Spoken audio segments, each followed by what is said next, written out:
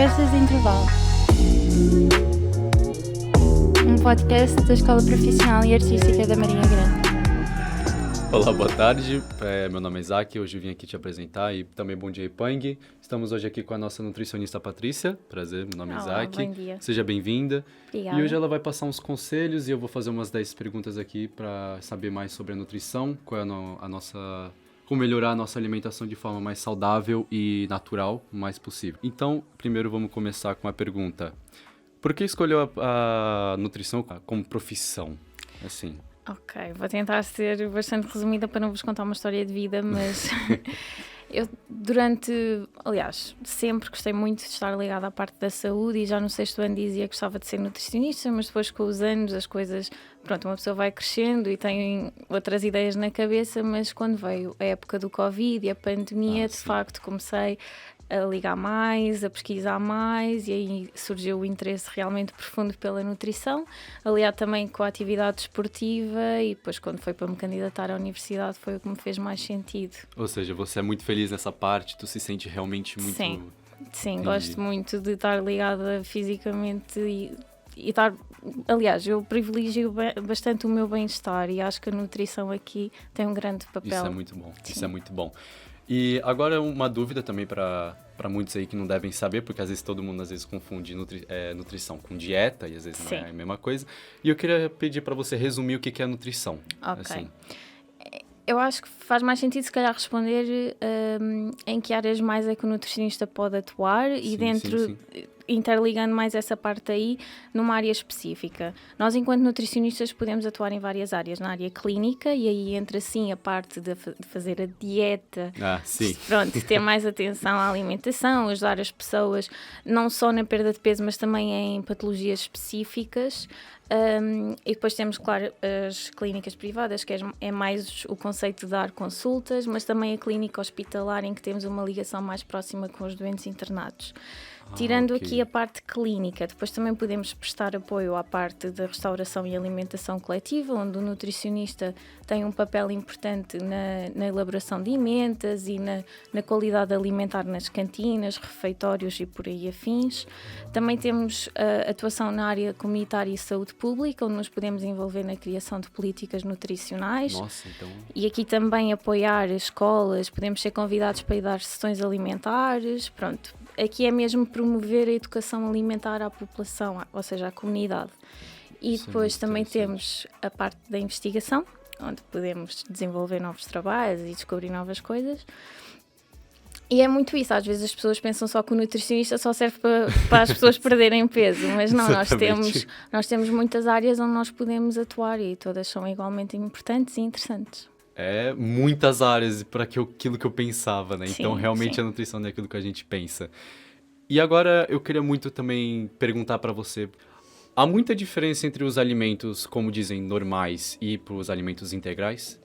Então, há alguma diferença sim. Nós podemos ter um alimento dito normal, e aqui vamos nos focar, por exemplo, no pão branco, ou seja, um papo seco, e um pão integral, um pão como por exemplo, o pão de mistura, que é farinha de trigo e farinha de centeio. Realmente há aqui uma diferença porque uma farinha mais integral, à partida, irá ter mais fibra, mais vitaminas e mais minerais. E, portanto, também nos vai conferir mais saciedade. Portanto, sim, há aqui esta diferença. Não quer dizer que comer um pão branco esteja mal de todo, não é? Mas normalmente nós até aconselhamos mesmo trocar o pão branco pelo pão integral. Não tem necessariamente de ser um integral, até pode ser mais o pão de mistura, porque já vai ter maior quantidade de fibra, vitaminas e aqui também, lá está, é a questão da saciedade, vai nos dar mais saciedade, mas sim, em geral um produto integral tem sempre mais quantidade de fibras, vitaminas e minerais que um produto com uma farinha refinada. Eu aqui ouvindo isso e como pão todo dia, acho isso... porque as farinhas refinadas no seu processo perdem bastante fibra, vitaminas e minerais. Entendi. Agora uma pergunta que é para aqueles que querem iniciar uma vida mais saudável em questão de alimentação.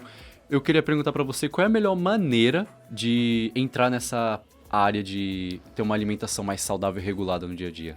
Então, eu acho que para quem tem uma alimentação não muito saudável e para não ser assim uma mudança brusca, podemos começar sempre aos poucos.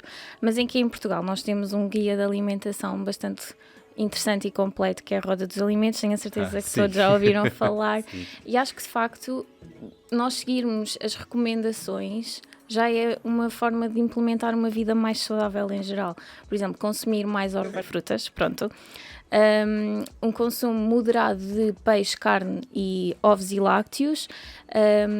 E realmente aqui privilegiar os produtos mais integrais, nomeadamente o arroz, a massa, o pão, a batata.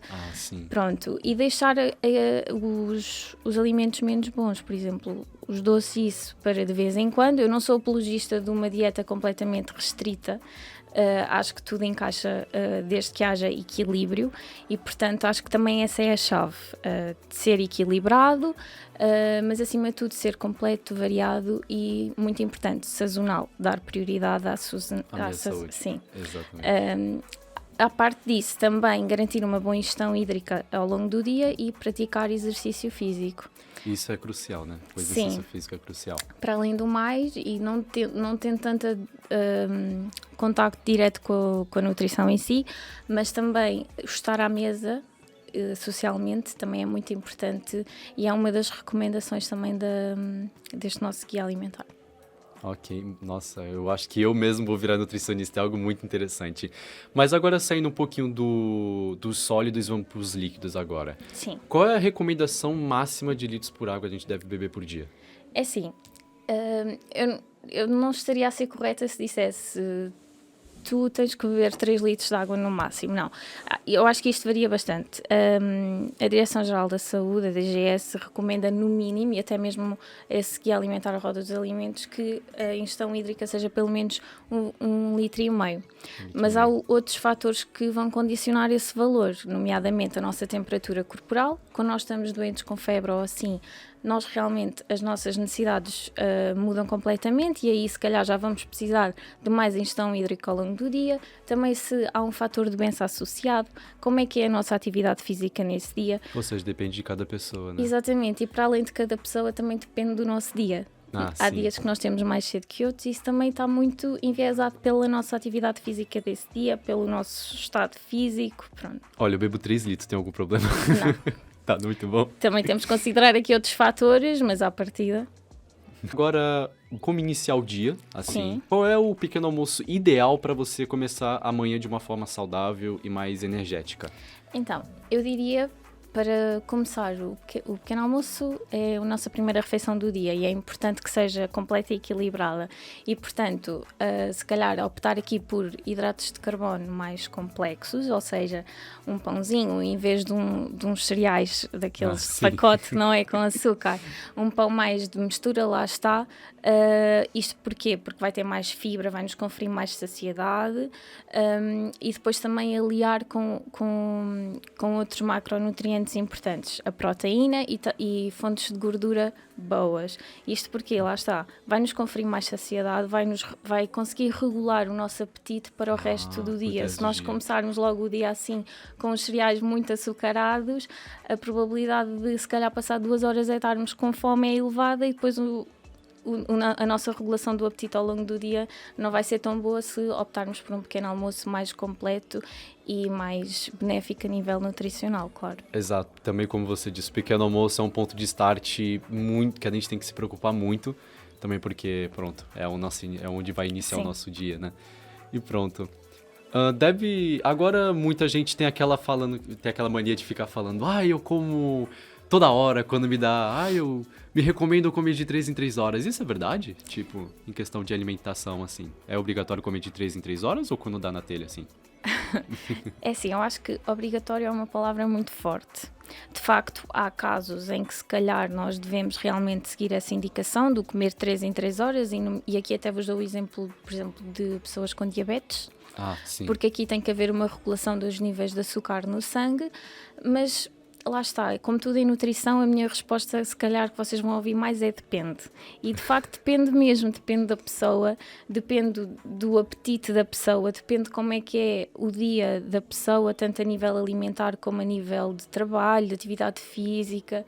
Por exemplo, alguém que esteja habituado a comer se calhar 3 vezes ao dia, vai a uma consulta de nutrição e o nutricionista diz agora tem que começar a comer 6 vezes ao dia, a pessoa se calhar pensa, ele é maluco, não é? Portanto, acho que aqui também temos que respeitar muito como a pessoa se sente em relação a isso. E para além do mais, hoje em dia também há muita gente que opta por fazer jejum intermitente, mas isso também é uma conversa que poderia ficar para outro dia. Mas isto para dizer o quê? Que lá está, não, eu, no meu ponto de vista, há colegas claramente que poderão ter outras visões, e não digo que esteja errado, mas temos que adaptar sempre à pessoa. E lá está, se a pessoa está bem, não sente fome, não acho que haja necessidade de estar ali a introduzir. De facto, se calhar se ficarmos do almoço ao jantar sem comer, se calhar quando chegarmos ao jantar vamos ter muito mais fome e portanto fazia sentido introduzir ali um lanchinho à tarde para regular o apetite à noite. Mas lá está, isso são muitos outros fatores que estão envolvidos que temos que também saber avaliar. Mas há casos específicos em que faz sentido. Sim, nossa, quando eu penso em comer, eu vou lá e como, entendeu? Às vezes nem é meu próprio estômago que fala. Sim, lá está, porque isso depois também envolve o nosso saber regular o apetite e não estar ali preso, ok, às 4 da tarde tenho que comer porque é 3 em 3 horas. Não, se às 4 da tarde não tenho fome, se calhar posso comer às 5 quando der fome, percebe? Isso também temos que depois ensinar o nosso corpo a regular a sensação de fome. Ok. E agora, como você já falou, o que mais importa, a gente também precisa de açúcar no sangue. Qual é o nível de açúcar ideal que a gente deve consumir por dia?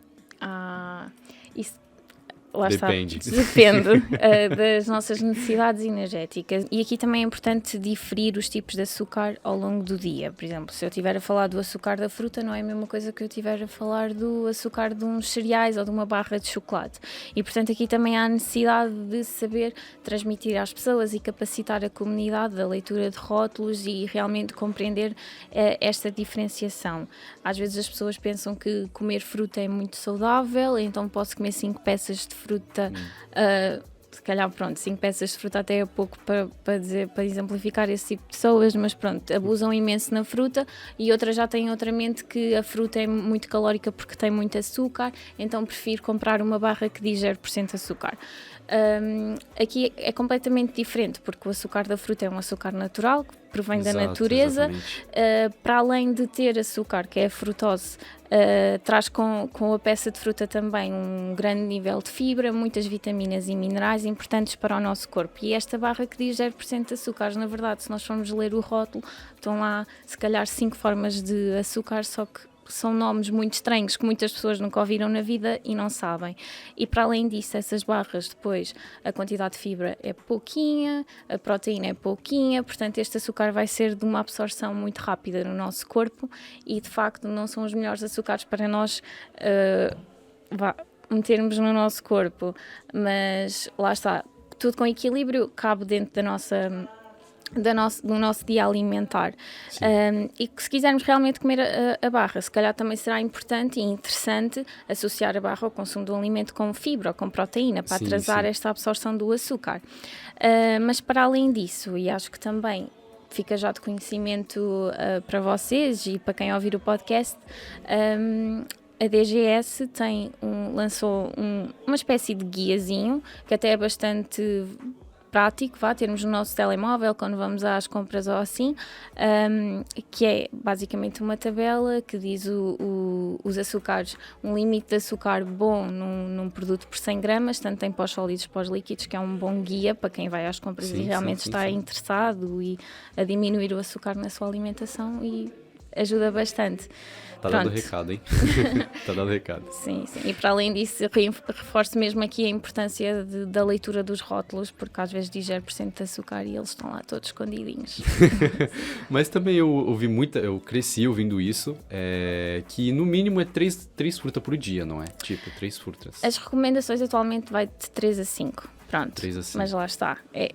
Como tudo, depende da pessoa que temos à frente e temos que saber avaliar as necessidades dessa pessoa. Ok.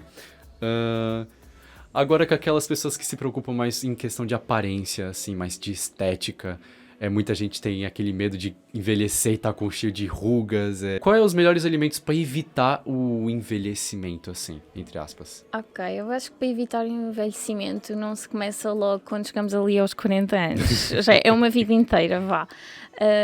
Mas lá está, se nós levarmos uma vida saudável e equilibrada desde sempre, claramente que vai ter impacto quando nós começarmos a envelhecer. E aqui lá está, optar por uma alimentação saudável, rica em alimentos anti-inflamatórios e antioxidantes, e isto traduzindo para alimentos, são alimentos ricos em vitamina C, vitamina E, ômega 3, ou seja, privilegiar aqui o consumo de frutas ricas em vitamina C, laranja, kiwi, abacaxi e outras hortícolas como o pimento, as beldroegas, que não são assim tão conhecidas, mas também são uma excelente fonte de vitamina C, a salsa, por incrível que pareça, é muito rica, vitamina E, eleger o azeite como a fonte de gordura principal do nosso dia alimentar, é muito rica em vitamina E. A vitamina E tem um poder antioxidante de facto bastante interessante. Ômega 3, privilegiar o consumo de peixes gordos, o salmão, a cavala, a sardinha, aqui ter uma atenção especial e incluir sempre que possível frutos secos na nossa alimentação e sementes, e também uma boa ingestão hídrica, claro. Sim, também porque, se não me engano, fiz uma breve pesquisa. E se eu não me engano, o peixe é um dos alimentos que contém mais quantidade de ferro, não é mesmo? De ferro? De ferro. Sim, os alimentos proteicos de fonte proteica, normalmente têm sempre aliado algum conteúdo de ferro interessante, nomeadamente as carnes, aqui sim, as carnes vermelhas, o peixe, mas também isto não implica termos que comer só produtos de origem animal, porque as leguminosas e também cereais integrais têm um conteúdo de ferro interessante, mas depois temos que saber na questão dos vegetarianos e veganos, saber potenciar a absorção deste ferro, porque há algumas condicionantes. Ok, entendi. Pronto, agora é também para um assunto meio delicado, que pode afetar certas pessoas, mas a gente está aqui para aprender, e é tudo em nome da ciência, né? E eu vim perguntar aqui quais são os melhores alimentos para evitar a celulite. Ok. E aqui se calhar até é mais fácil, traduzo literalmente as minhas palavras da questão anterior para aqui, mas tendo em conta que há pessoas que têm maior predisposição a ter celulite que outras, pronto, isto depois também tem um bocadinho a ver com a rigidez da pele, genética mesmo, há maior predisposição e suscetibilidade, mas pronto, lá está, é optar por uma alimentação saudável, lá está, ingerir alimentos com grande potência anti-inflamatória e antioxidante, aqui também privilegiar alimentos diuréticos como o pepino, alimentos mais ricos em água, basicamente, a melancia, e lá está a própria água, manter uma boa ingestão hídrica. A água está sempre inerente a tudo, basicamente, como já conseguiram perceber. Mas também aqui aliar a atividade física a uma boa alimentação é a chave. Ou seja, nutricionismo é a chave para o nosso bem-estar em completamente todas as áreas. Exato, exatamente. E agora, pronto, uma pergunta extra aqui, que é uma pergunta breve, mais sobre o álcool, assim. Sim. O álcool é bom a gente digerir, é bom a gente tomar? O álcool, bebidas alcoólicas. Exatamente, bebidas alcoólicas. Ok, então, o álcool tem bastantes efeitos nocivos, já previamente documentados, como todos sabemos, não é? Ele também quando nós bebemos álcool, também estamos a ingerir calorias, e a seguir às gorduras, não diria macronutriente, porque não é um macronutriente, mas dá-nos bastantes calorias por grama, e para além disso, todas as bebidas alcoólicas, por norma, têm bastantes açúcares associados. Portanto, claramente que se vocês forem sair à noite e estão na idade disso, eu não vou dizer para beberem água, se querem beber álcool, mas é ter consciência dos malefícios que têm. Ter responsabilidade, né? Sim, sim. Ok. Então, é isso. Foram umas perguntas meio rapidinhas, mas espero muito que você tenha gostado. Espero muito que vocês também aí de casa, da escola, tenham curtido. E aprendi muita coisa com esse podcast. Foi um podcast rapidinho, mas com grande conhecimento. Aprendi muita coisa mesmo, coisas que eu não fazia a mínima ideia, e eu queria agradecer também pela sua disponibilidade para vir à escola e nos trazer esse maravilhoso evento, que eu fiquei muito feliz em fazer. E é isso, muito obrigado, e obrigado Obrigada também pelos espectadores. Tenham um bom dia.